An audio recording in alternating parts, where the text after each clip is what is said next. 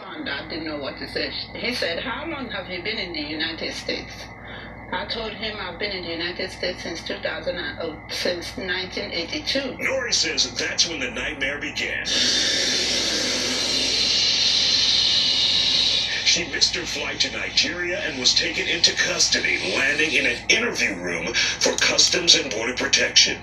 She says it's where a search of her luggage resulted in the agents finding her $41,000, money she was required to declare under U.S. law because it was over $10,000. The Katy resident said she simply did not know the law. They took me to a room and patted me down like you do to a criminal. I came out, they sat down and counted the money, handed me over a form that has the amount of money, and they told me, "You don't call us until after 30 days.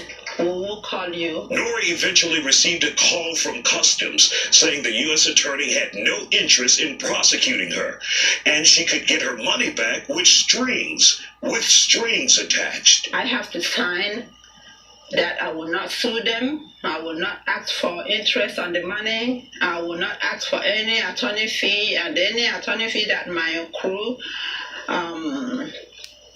before they can release it. And when they receive that letter, then I have to wait for 8 to 10 weeks to get the money. That's when Nori decided to get an attorney on the case, an attorney who says this was a money grab, and it happens far too often at Customs. This is as bad as it gets when it comes to unconstitutional behavior. She is legally entitled to the return of her property, of the money that were her life savings. That's why Anya Bidwell with the Institute for Justice has filed a class action lawsuit.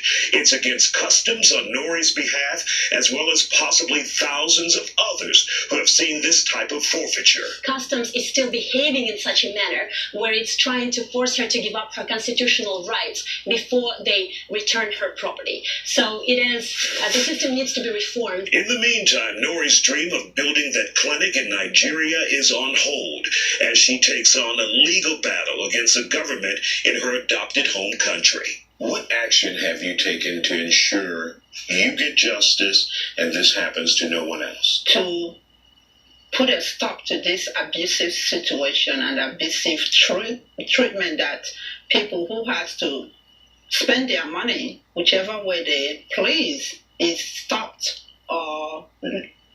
from using it, or not given a chance to fulfill their dream.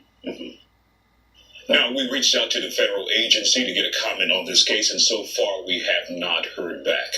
In the meantime, Texas law enforcement is raking in millions through money and property seizures. Now, the Institute for Justice, which is pushing for forfeiture reform, gives Texas a D+ for its civil forfeiture laws. Now, according to its research, Customs and Border Patrol conducts more than 120,000 seizures each year around the country.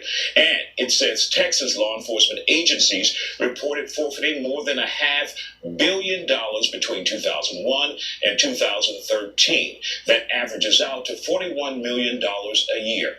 As much as 70% of those proceeds go to law enforcement agencies in most cases. Now, here to tell us more about those civil forfeitures is attorney Jolanda Jones.